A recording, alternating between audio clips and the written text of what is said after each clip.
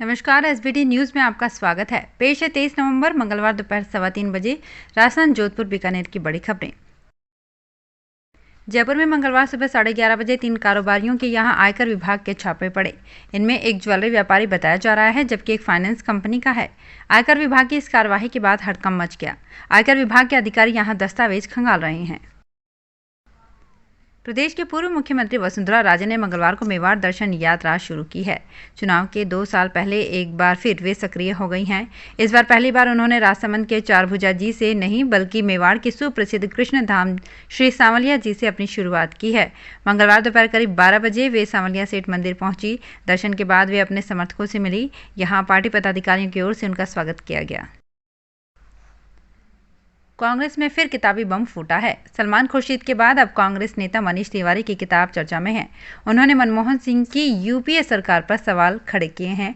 तिवारी ने मुंबई में हुए 26/11 हमले के बाद पाकिस्तान पर किसी तरह का एक्शन न लेने की कमजोरी बताया है। किताब में तिवारी ने लिखा है कि मुंबई हमले के बाद तत्कालीन सरकार को पाकिस्तान के खिलाफ सख्त कार्यवाही करनी चाहिए थी। भाजपा ने किताब पर विवाद सामने आने के बाद कांग्रेस पर सवाल खड़े किए हैं। उच्चतम न्यायालय ने उस भूखंड के भूमि उपयोग में बदलाव को चुनौती देने वाली एक याचिका को मंगलवार को खारिज कर दिया, जहां लुटियंस दिल्ली में महत्वाकांक्षी सेंट्रल विस्टा परियोजना के हिस्से के रूप में उपराष्ट्रपति का नया आधिकारिक आवास बनेगा। न्यायमूर्ति AM खानविलकर, न्यायमूर्ति दिनेश माहेश्वरी और न्यायमूर्ति CT रवि कुमार की पीठ ने कहा कि संबंधित अधिकारियों द्वारा पर्याप्त स्पष्टीकरण दिए गए हैं, जो भूखंड के भूमि उपयोग में परिवर्तन को सही ठहराते हैं। राज्य की गहलोत सरकार अपनी तीसरी वर्षगांठ पर भव्य आयोजन करने जा रही है। राजधानी जयपुर में प्रदेश स्तरीय बड़ा आयोजन होगा। इसमें मुख्यमंत्री अशोक गहलोत सरकार के 3 साल के कामकाज का ब्यौरा और जन घोषणा पत्र के वादों का रिपोर्ट कार्ड जनता के बीच पेश करेंगे। सरकार की तीसरी वर्षगांठ पर होने वाले आयोजनों को लेकर सामान्य प्रशासन विभाग ने तैयारियां तेज कर दी है। प्रदेश स्तरीय कार्यक्रम के अलावा एक सप्ताह तक सभी जिलों में भी जिला स्तरीय कार्यक्रम आयोजित किए जाएंगे। राजस्थान में कोरोना संक्रमण एक बार फिर पैर पसारने लगा है। 100% क्षमता के साथ स्कूल खुलने के बाद अब स्कूली छात्र कोरोना की चपेट में आने लगे हैं। मंगलवार को जयपुर के जयश्री पेड़ीवाल अंतर्राष्ट्रीय स्कूल में पढ़ने वाले 2 छात्र कोरोना संक्रमित मिले हैं। इसके बाद स्कूल प्रबंधन ने अगले 4 दिनों के लिए ऑफलाइन पढ़ाई को बंद कर दिया है। जोधपुर शहर में कई दिनों बाद कोरोना संक्रमित मिला था। यहां जौलौरी गेट के 61 वर्षीय रिटायर्ड चिकित्सा अधिकारी जांच में संक्रमित पाए गए हैं। उनकी कोई ट्रैवल हिस्ट्री नहीं है।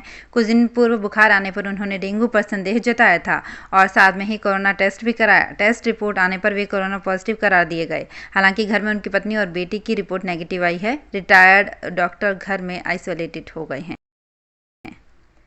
सिरोही के पालड़ी थाना क्षेत्र में उथमन टोल प्लाजा के पास मंगलवार सुबह दूध के टैंकर में आग लग गई। चालक ने कूदकर अपनी जान बचाई। प्लाजा कर्मचारियों ने आग पर काबू पाने का प्रयास किया, मगर आग बढ़ती गई। अग्निशमन वाहन से आग पर काबू पाया गया। तब तक पूरा टैंकर जलकर राख हो गया। पालड़ी M थाना अधिकारी पद्मा शर्मा ने बताया कि पालनपुर से आ रहे दूध के टैंकर में शॉर्ट सर्किट से आग लग गई। जोधपुर में डेंगू वायरस ने भी धावा बोल रखा है। यहां एक साथ 34 केस सामने आए हैं। इसमें 15 केस तो एम्स जोधपुर और 19 case doctor SN medical college संबद्ध अस्पतालों के हैं। जोधपुर में डेंगू मरीजों का आंकड़ा 1500 के करीब पहुंच गया है। मंत्रिमंडल के पुनर्गठन के बाद अब मंत्रिपरिषद की पहली बैठक 24 नवंबर बुधवार शाम 4 बजे CM आवास पर बुलाई गई है।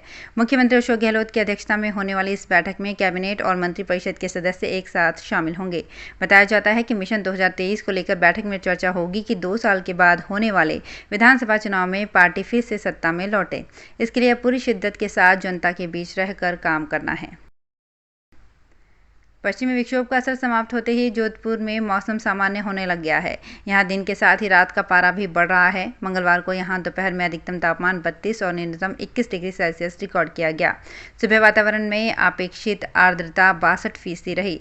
सुबह सुबह सर्दी का एहसास रहा, लेकिन दिन चढ़ने के बाद चटक धूप निकलने से मौसम सामान्य हो गया। दिन और रात के तापमान में महज 9 डिग्री का अंतर होने से औसतन मौसम सामान्य ही बना रहा। गहलोत मंत्रिमंडल के पुनर्गठन के बाद कल शाम को मंत्रियों को विभागों का बंटवारा किया गया। विभागों के बंटवारे के बाद आज सुबह से ही मंत्रियों के आवास पर लोगों के बधाई देने वालों का तांता लगा रहा। शिक्षा मंत्री BD कल्ला, उच्च शिक्षा मंत्री राजेंद्र यादव, PWD मंत्री भजनलाल जाटव, ऊर्जा मंत्री भंवर सिंह भाटी सहित सभी मंत्रियों के आवास पर बधाई देने वालों का तांता सुबह से ही लगा रहा। पश्चिमी राजस्थान उद्योग हस्तशिल्प उत्सव 2022 के आगामी 7 से 16 जनवरी तक आयोजन को लेकर मरुधरा इंडस्ट्रीज एसोसिएशन सभागार में उत्सव के चेयरमैन एवं जिला कलेक्टर इंद्रजीत सिंह की अध्यक्षता में तैयारियां संबंधी बैठक आयोजित की गई। जिला कलेक्टर इंद्रजीत सिंह ने कहा कि इस बार का उत्सव और अधिक भव्य और सफल हो, इसके लिए इससे जुड़े सभी को सार्थक प्रयास करने होंगे। बहुचर्चित पहलू खान मामले में कांग्रेस की राष्ट्रीय महासचिव प्रियंका गांधी वाड्रा की मुश्किलें अब बढ़ने वाली हैं। बिहार के मुजफ्फरपुर न्यायालय ने प्रियंका गांधी उर्फ प्रियंका वाड्रा के खिलाफ नोटिस जारी किया है। ये मामला राजस्थान के अलवर के पहलू खान से जुड़ा हुआ है। दरअसल कोर्ट की अवमानना को लेकर प्रियंका गांधी उर्फ प्रियंका वाड्रा के खिलाफ मुजफ्फरपुर के चर्चित अधिवक्ता सुधीर कुमार ओझा ने परिवाद दायर किया था, जिस पर सुनवाई करते हुए एडीजी 20 अतुल कुमार पाठक ने सुनवाई करते हुए कांग्रेस नेत्री के खिलाफ नोटिस जारी करने का आदेश दे दिया है। राजस्थान में कोरोना की बूस्टर डोज लगाने से पहले बीकानेर सहित राजस्थान के 7 संभाग मुख्यालयों के 14 जिलों में सीरो सर्वे शुरू हो गया है। वर्ल्ड हेल्थ ऑर्गेनाइजेशन और एसएमएस हॉस्पिटल के तत्वाधान में किए जा रहे इस सर्वे में लोगों में कोरोना टीका लगाने के बाद एंटीबॉडी की जानकारी जुटाई जाएगी। बीकानेर के शहरी क्षेत्र में गंगा शहर और व्यास कॉलोनी को शामिल किया गया है। वहीं ग्रामीण क्षेत्र के नोखा और खाजूवाला में सोमवार से ब्लड सैंपल लेने का कार्य शुरू हुआ है। तो फिलहाल इस बुलेटिन में इतना ही, फिर हाजिर होंगे कुछ और बड़ी खबरों के साथ। एसबीटी न्यूज़ के और भी वीडियोस को देखने के लिए हमारे चैनल को सब्सक्राइब करें और नोटिफिकेशन पाने के लिए बेल आइकन को प्रेस करें।